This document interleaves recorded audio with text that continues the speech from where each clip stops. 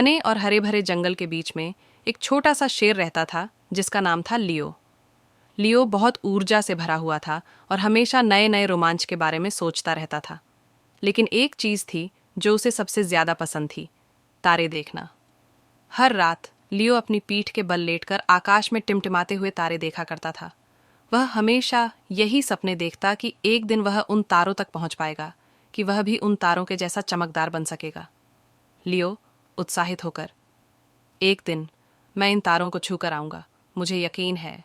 एक शाम जब लियो आकाश में तारे देख रहा था, तब अचानक एक तारा गिरने लगा। वह तारा आकाश में घूमते हुए जंगल की ओर गिरा और उसकी रोशनी जंगल में फैल गई। लियो आश्चर्यचकित, वाह, एक तारा, मुझे उसे ढूंढना होगा। लियो बिना कुछ सोचे समझे जंगल के अंदर दौड़ पड़ा, उस गिरते हुए तारे के पीछे पीछे। वह चमकते हुए रास्ते का पालन करता। कुछ समय बाद लियो ने उस तारे को एक छोटे से खुले मैदान में पाया। तारा बड़ा नहीं था, लेकिन वह बहुत ही चमकदार था, जैसे एक छोटा सूरज। लियो आश्चर्य से, यह तो बहुत सुंदर है, लेकिन इसे फिर से आकाश में कैसे भेजूं? लियो ने बहुत कोशिश की। उसने तारे को खींचा, धक्का दिया और यहाँ तक कि कूदी भी, लेकिन तारा बहुत भारी था। वह उसे ऊपर नहीं उठा सका, चाहे जितना भी कोशिश करता।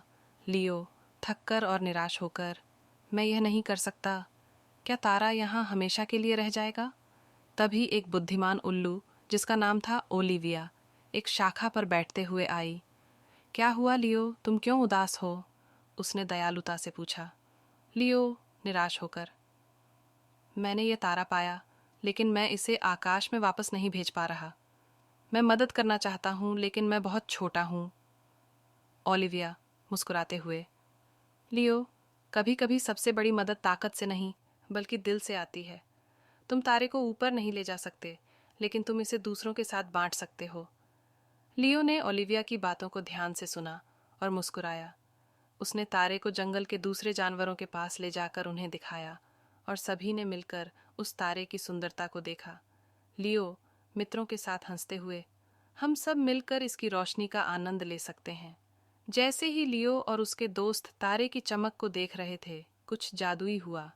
तारा धीरे धीरे ऊपर की ओर बढ़ने लगा और फिर से आकाश में पहुंच गया, जहां उसे होना चाहिए था। अब वह और भी ज्यादा चमक रहा था, जैसे पूरे जंगल को रोशन कर रहा हो। ओलिविया बुद्धिमानी से, देखा लियो, जब तुम किसी खास चीज को दूसरों के साथ बांटते हो तो वह और भी सुंदर हो जाती है। लियो ने आकाश में उस चमकते तारे को देखा और मुस्कुराया। अब उसे यह समझ में आ गया था कि तारे को छूने की कोई जरूरत नहीं है, क्योंकि उसके दिल में उस तारे की रोशनी हमेशा रहेगी। लियो संतुष्ट होकर, शायद मुझे तारे को छूने की जरूरत नहीं, बस उसकी रोशनी को साझा करना ही काफी है। और इस तरह लियो ने सीखा कि दयालुता और साझेदारी से कभी कभी सबसे चमकदार तारे भी और भी चमकते हैं।